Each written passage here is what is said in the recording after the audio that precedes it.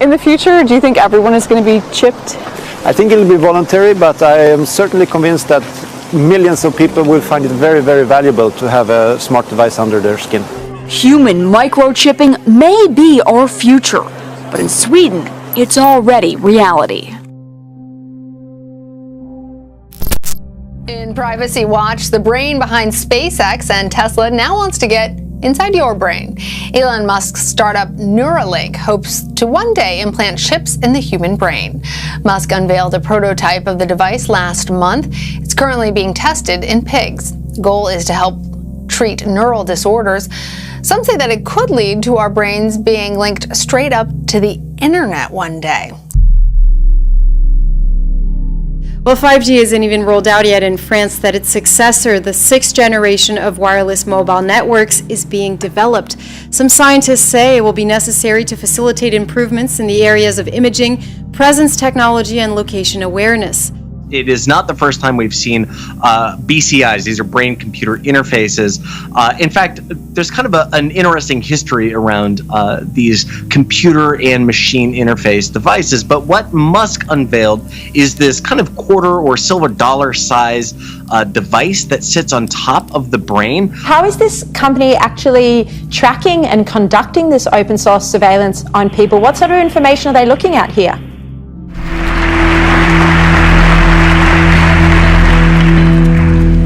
Our war on terror begins with Al-Qaeda, but it does not end there. It will not end until every terrorist group of global reach has been found, stopped, and defeated. Using the war on terror as an excuse, the US initiated wars in Afghanistan and then Iraq, leading to serious consequences on the lives and livelihoods of the people of these countries. At least 37 million people have been displaced as a direct result of the wars fought by the United States since September 11, 2001. Although the US's war on terror took on its most aggressive forms in the foreign interventions of Iraq and Afghanistan, it also had significant, long-lasting impacts on US domestic policies.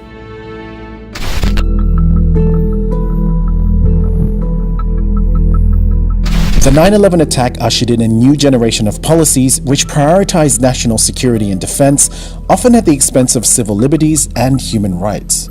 The attacks defined the administration of George W. Bush and led to the largest government defense restructuring since the creation of the Department of Defense. The French president arrived in the Paris suburb of Les Mureaux to deliver a speech on separatism. Emmanuel Macron said there was no place in French society for divisions along religious lines.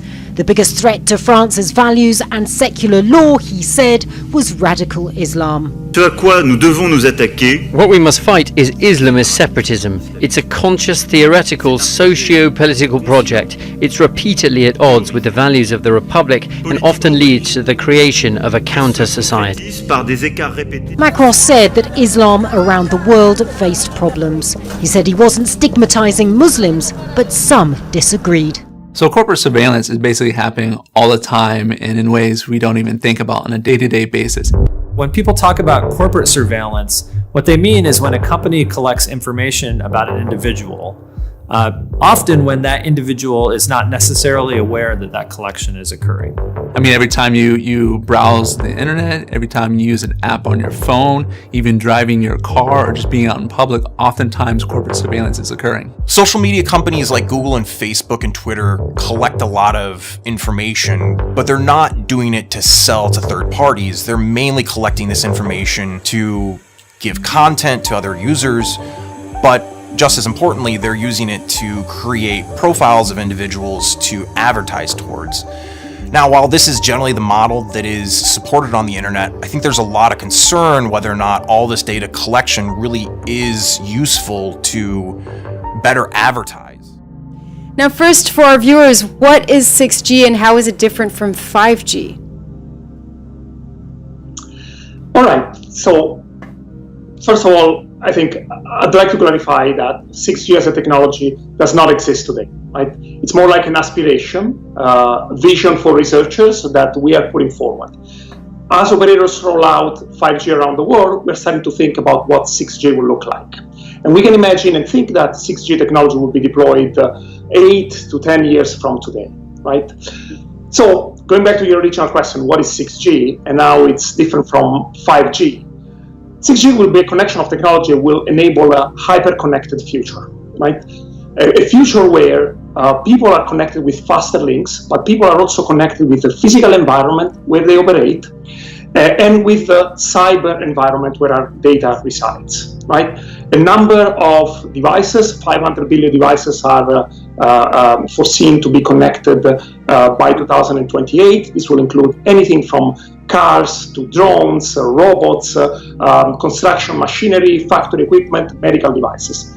All these devices will generate massive amounts of data, much more than possible today, to enable this close, responsive, and fast interaction with humans. So why is linking up our brains to computers something that Elon Musk is interested in? Musk does say that this device in the future could allow people to restore limb function, cure blindness, but then also even download their memories to robots. What kind of data does Neuralink have to actually back up these claims, or are they just really the dreams of somebody who is interested in the future and sees possibility around every corner? These are the dreams of somebody who sees possibility in the future and dreams about a lot of big things. Look, if you'd like to learn more about what's called artificial superintelligence, I have a great book for you. It's called Superintelligence, written by Oxford scientist Nick Bostrom, where he talks about the practicality of kind of what Musk is seeking here. What Musk demonstrated was an implant running in a pig. He actually showed 3 different pigs, one that had the implant removed, he said safely, one that never had it, and one that currently had it. And he showed that this was indeed possible to monitor some of the brain activities. Imagine being able to unlock doors or a car with just a wave of your hand. Well, that's exactly what one Utah man can do thanks to some tech underneath his skin. Oh my, that is really going the distance. Ben Workman is one of a few people around the world who are turning to cybernetic implants. Simply speaking, they're different kinds of computer chips that let you do different things. When Elias Brotberger goes to work, he doesn't need ID. And he doesn't need money. In fact, much of what he needs to get through the day is hidden right there, just below the surface, in his hand. You like to touch it? Yeah. Yeah? Oh, weird. Yeah, it's like a grain of rice. Yeah, a grain of rice. Embedded in his hand is a microchip that serves as his keys, his ID, and his wallet. Yeah, it's all in chip, so I use it like to get around the building. Buy snacks. Yeah, exactly. Let's buy some snacks. Exactly. So I can't open it. No. Okay. So what I need to do is I need to first blip my chip, and it will log me in, and from there I get access to the fridge. Popular TV shows like Black Mirror have imagined chips as part of a dystopian future. Install in-grain procedure with local anesthetic and you're good to go. In Sweden, the microchips are already here. The microchip implants use the same technology that's in contactless credit cards, which have made cash pretty much obsolete in Sweden. But the massive increase in surveillance post 9/11 did not only breach the privacy of Muslim communities, it went far deeper.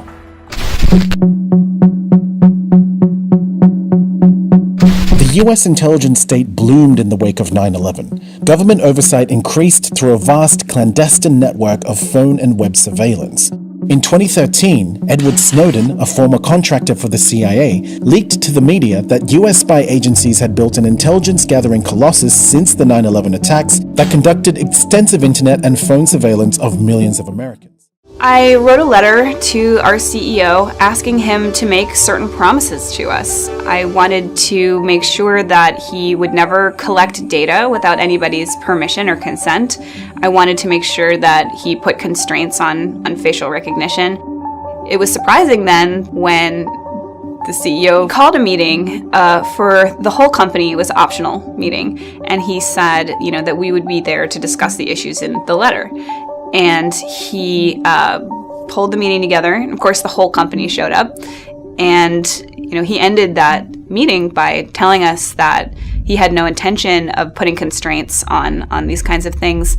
And that's when I knew I had to quit. People in France are already concerned about the rollout of 5G because of potential health and espionage hazards. What would you say to them, and will 6G pose even greater threats, do you think?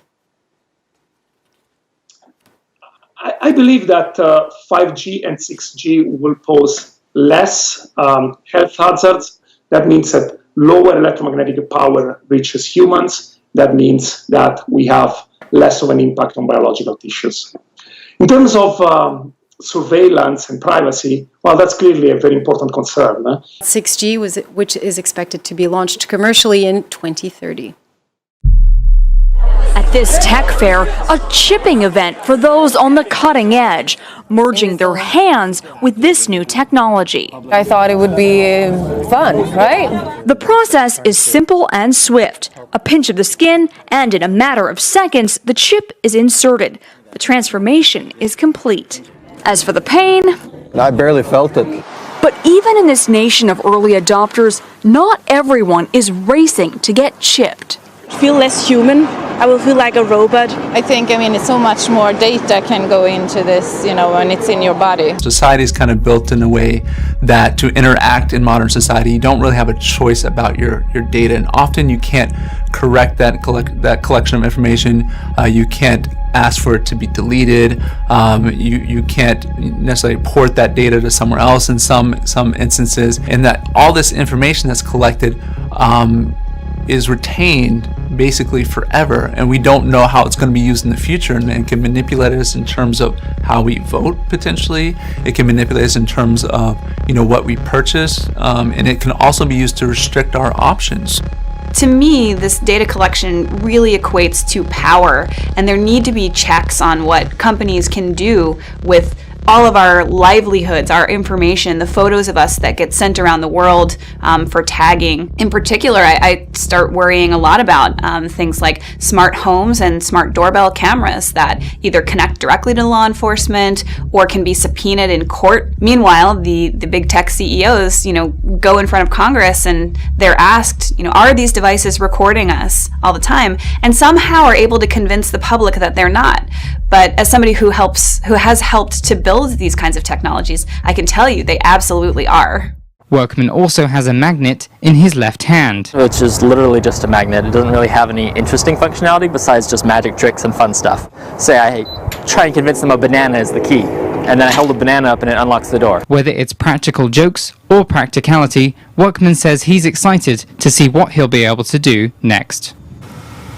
So Ben says the next step for him would be to be able to pay for things with just his hand. So no credit cards, no phone, just a chip in his hand. He'd just like to be able to go, pay for it and all that. Wow. That is a whole new world, right? It is a whole new world. Interviewing him was I was taken back by it because I was like, wow, you can do all this kind of stuff? That's crazy.